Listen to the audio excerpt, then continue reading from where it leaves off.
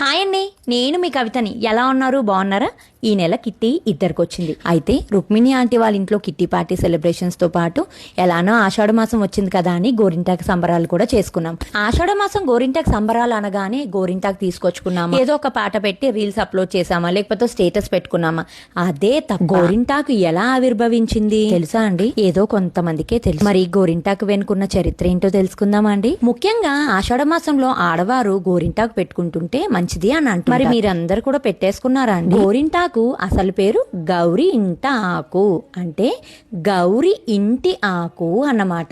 గౌరీదేవి బాల్యంలో చెలులతో వనంలో ఆటలాడే సమయాన రజస్వల్ అవుతుంది. ఆ రక్తపు చుక్క నేల తాకినంతని ఓ మొక్క పుడుతుంది. ఈ వింతను చెలులు పర్వతరాజుకు చెప్పగా సతీ సమేతంగా చూసేందుకు వస్తాడు. అంతలోని ఆ చెట్టు పెద్దదై, నేను సాక్షాత్తు పార్వతీ రుద్రాంశతో జన్మించాను, నా వలన లోకానికి ఏ ఉపయోగం కలదు అని అడుగుతుంది. అప్పుడు పార్వతీదేవి అంటే గౌరీదేవి చిన్నతనపు చపలతతో ఆ చెట్టు ఆకుకొస్తుంది. ఆమె వేళ్లు ఎర్రబారిపోతాయి.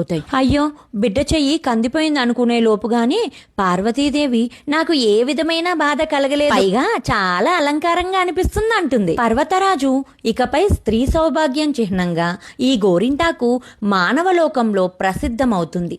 రజస్వల సమయాన ఉద్భవించిన ఈ చెట్టు స్త్రీ గర్భాశయ దోషాలు తొలగిస్తుంది, అతి ఉష్ణం తొలగించి స్త్రీల ఆరోగ్యాన్ని కాపాడుతుంది. తన వర్ణం వలన చేతులకు కాళ్లకు అందాన్నిచ్చే అలంకరణ వస్తువుగా వాడబడుతుంది. అదే ఈ చెట్టు జన్మకు సార్థకత అని పలుకగా గౌరీతో సహా అందరూ ఆ చెట్టు ఆకుల పసురుతో చేతులు కాళ్ళు అందంగా తీర్చుకుంటూ ఉంటారు.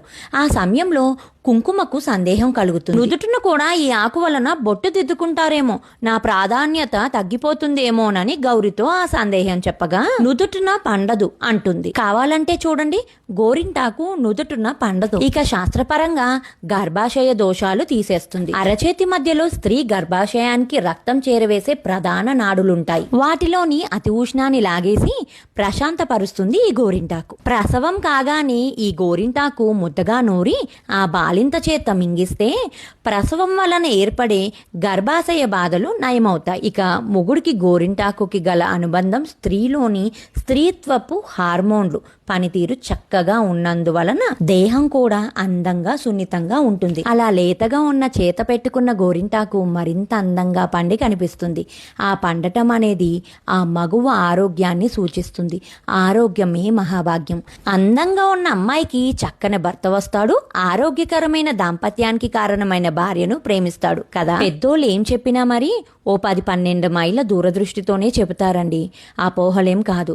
గోరింటాకును అందరం శాస్త్రీయంగా ఆదరిస్తే మనకు అన్ని విధాలుగా ఆరోగ్యం, ఆనందం. సంవత్సరానికి ఓ మారు పుట్టింటికి పోతుందంటే పార్వతీ దగ్గరికి. ఆషాఢ మాసంలో అక్కడున్నప్పుడు కూడా తనని మర్చిపోకుండా ఉండాలని, తప్పక పెట్టుకోవాలని కోరిందట. విన్నారు కదండి గోరింటాకు యొక్క చరిత్ర. మీరు కూడా పెట్టుకోండి, ఆరోగ్యకరంగా ఉండండి. మా వీడియోస్ కనుక మీకు నచ్చినట్టయితే please like, share and subscribe our channel. Thank you.